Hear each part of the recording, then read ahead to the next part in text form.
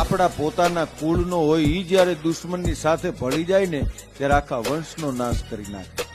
એક જંગલની અંદર નાનકડો કુહાડીનો કટકો આવ્યો અને જંગલને જોઈ અને કુહાડીનો કટકો દાંત કાઢતો હતો. તો જંગલના ઝાડવા હતા એ કુહાડીના કટકાને પૂછતા હતા કે કુહાડીનો કટકો છે આવો નાનકડો અને દાંત છે ના કાઢે?